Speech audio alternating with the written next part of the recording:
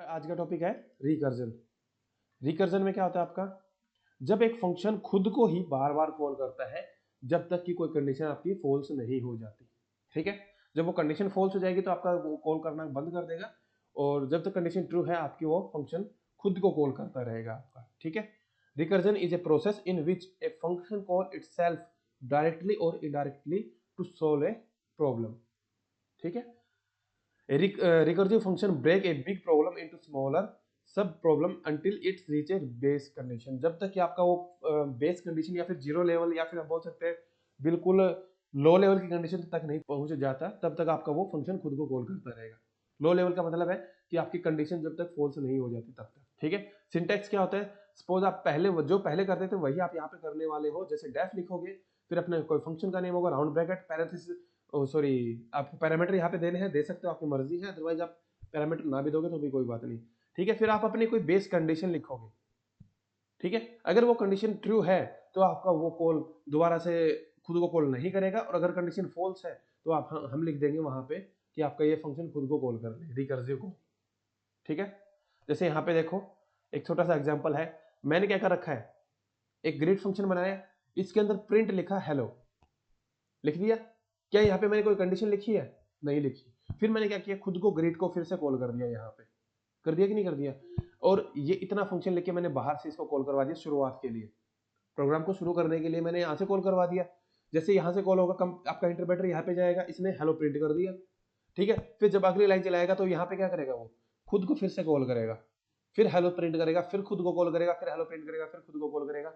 Repeats forever because no base condition. यहाँ पे कोई भी कंडीशन नहीं है, तो ये आपका एक इन्फिनिटी लूप की तरह काम करेगा यहाँ पे।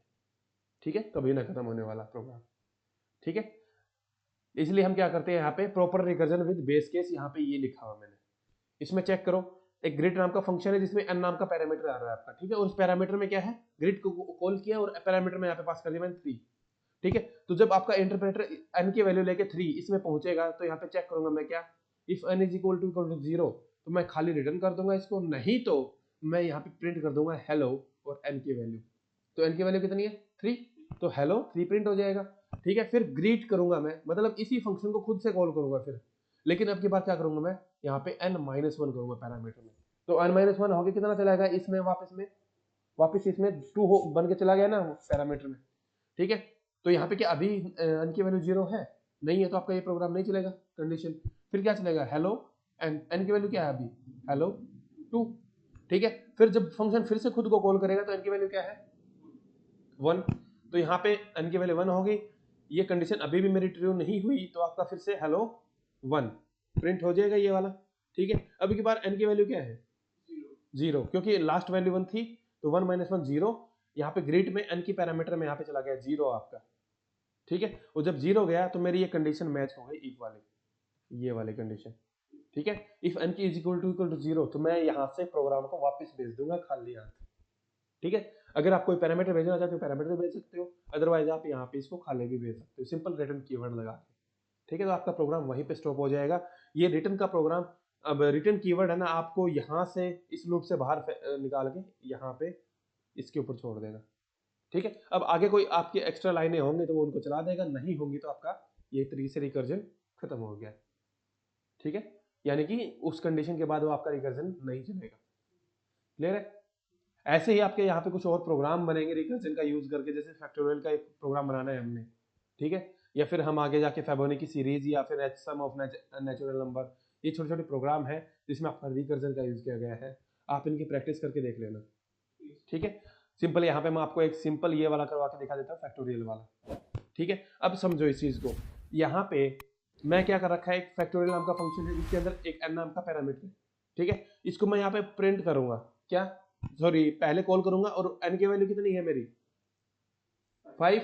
तो यहाँ पे क्या n की वैल्यू 1 है, नहीं है, तो मेरा एल्स पार्ट चलेगा, और एल्स पार्ट चला तो यहाँ पे मैंने क्या लिख रखा है, n की वैल्यू 5, फिर मैंने लगाया इनटू, फिर मैंने फंक्शन को खुद को कॉल किया फिर से, लेकिन वैल्यू क्या कर दी अब की बार मैंने, n-1, तो वैल्यू कितनी होगी n की, 4। तो यहाँ पे क्या कंडीशन ट्रू है, नहीं, तो आपका फिर से क्या होगा, एल्स चलेगा, और ये एल्स में क्या होगा, n की वैल्यू 4, फिर से स्टार मल्टीप्लाई का सिंबल आएगा, फिर अगले वैल्यू खुद को कॉल करेगा तो 3, 3 कंडीशन ट्रू नहीं है, मेरा एल्स पार्ट चलेगा और एल्स पार्ट चलेगा तो 3, फिर मल्टीप्लाई, फिर सेम वही 2 मल्टीप्लाई। अब की बार यहाँ पे n की वैल्यू 1 हो गई है। जब ये खुद को कॉल करेगा तो मैंने क्या कर रखा है, if n is equal to 1, अगर ये 1 है तो मेरे को क्या वैल्यू मिलेगी, यहाँ से रिटर्न कर देगा 1। तो यहाँ पे प्रोग्राम आपका फिनिश हो चुका है और यहाँ पे जो रिजल्ट आया वो क्या है 1।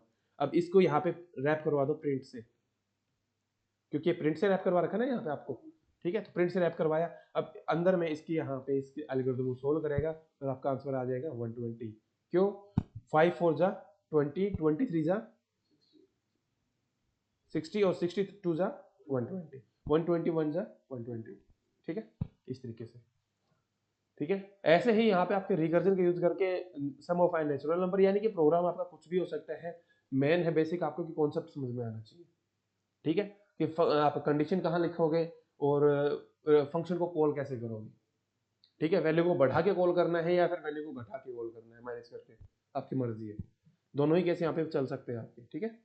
अब यही हमने जैसे देखो यहाँ पे वैल्यू क्या थी, 5 4 3 2 1 लिया है हमने यहाँ पे, ठीक है। इसकी जगह पे आप क्या कर सकते हो, यहाँ पे प्रोग्राम शुरू कर सकते हो 1 से और आप यहाँ पे n इज इक्वल टू 5 लगा सकते हो, ठीक है।